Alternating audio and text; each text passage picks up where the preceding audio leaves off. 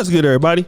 It's your boy, O'Shea Duke Jackson, back at it again with another episode of the Celebrity Junk. You know, guys, things happen in life. We all have people who pass away.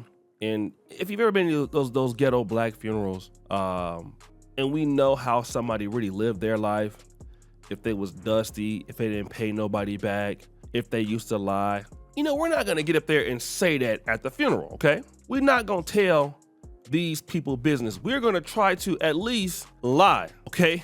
We're gonna try to lie and make it look like all they did was great things, okay? And that's kind of how we do it.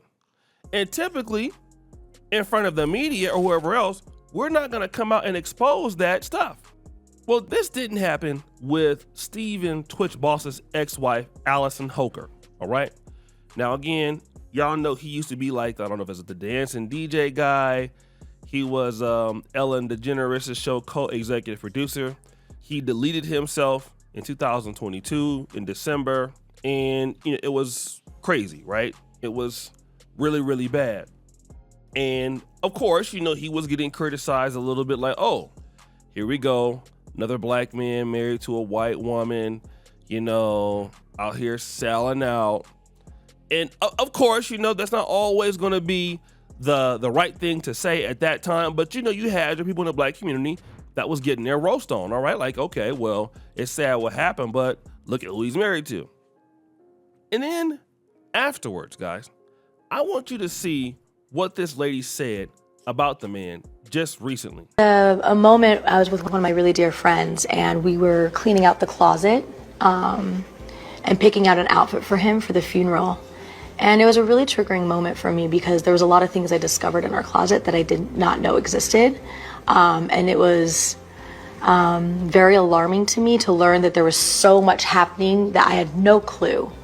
So it was a really scary moment in my life to figure that out. But it also helped me process that he was going through so much and he was hiding so much, and there must have been a lot of shame in that. And he was wrestling with a lot inside himself, and he was trying to self-medicate and cope with all those feelings because he didn't want to put it on anyone, because he loved everyone so much. He didn't want other people to take on his pain.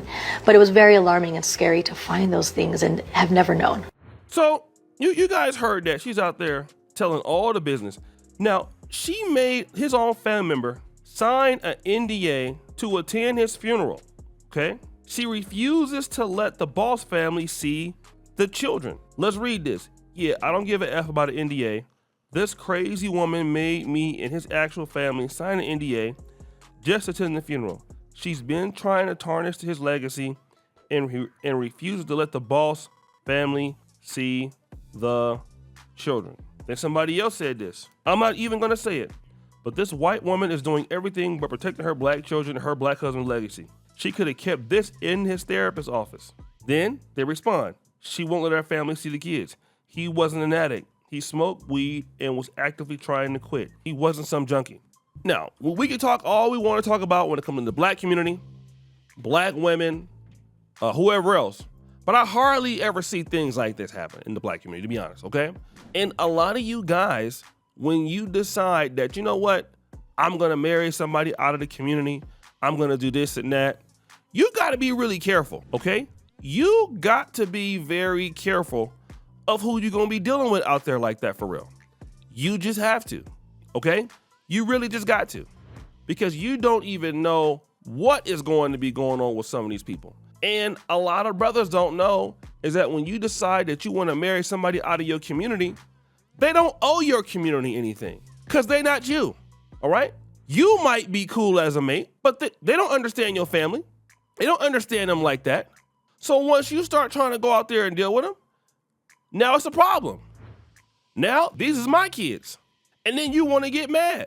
Some of y'all got to understand is when y'all go out and deal with other people from other communities, you don't think about what's going to happen when somebody passes away. You don't think about what's going to happen when that occurs. That ain't what you're thinking about, okay? You don't think about any of that stuff at all. Then they mistreat your family members now, and then all of a sudden you mad. Look at how Vanessa Bryant was with Kobe. Won't the families come there or nothing? Look at that. It was crazy, wasn't it? Yes, it was. Yeah, it was crazy. And folks is out there very, very lame.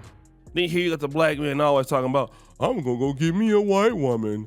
I'm gonna go get me somebody from another community.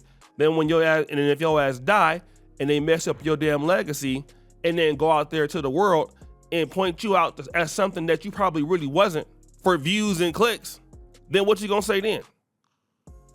You gonna look stupid. Then your family, who you love or care about, can't see your kids. Now, she wasn't acting like that when he was around, probably because she couldn't get away with it. But now she can get away with it. It's her show. Now they ain't family. These my kids. You see, y'all don't even think about that. And I see it happen so much. Look at the Jeezy Jeannie Mai thing. At the end of the day, if you divorce somebody in the black community, they still black. Right? Like, oh, you should show grandma. I show black grandmama and them. Now go ahead on and see their grandmama. I ain't really worried about her. You know? Are they African or something like that? You know, but now when these other groups and other cultures don't understand us and they don't understand our people, that we just happen to get married. Once that part of the relationship is done, your family is done. Hey, she's a white lady. Historically, she don't get along with them like that. They're different cultures. Just because, you know, you might fall in love with somebody, like let's just say, for example, I have a friend who's you know, he's married to a Polish lady, and the kids are black and like Nigerian and Polish. They're culturally Polish. It's very hard for the mom to understand what's going on with the Nigerian culture or the Yoruba culture. So if they want to be around the kids, it's different. But it wouldn't be that case if they were both Polish. Now we just divorced, but the cultures are the same. The cultures are the same. And again, we're not looking at that. We don't look at that. We're not thinking about that. So when you want to go out there and you want to get out there and be with somebody differently and you want to brag about it, you better know what you're talking about. You better know what you are talking about. And these are the facts, okay? These are definitely the facts. And this is exactly what happens to a lot of people. And especially people in Africa. You know, I see so many brothers, and I saw it too. So many brothers basically was getting with, you know, different white ladies and stuff like that. And then, you know, if something would happen, the kids break up and all that, hey, you know, he's my kids now. So, and these kids belong to our culture. They don't belong to your culture. So guys, please think it's your boy, Dick Jackson, back at it again with another episode of The Celebrity Junk. Richard, before you do, Curtis Bell, we're out.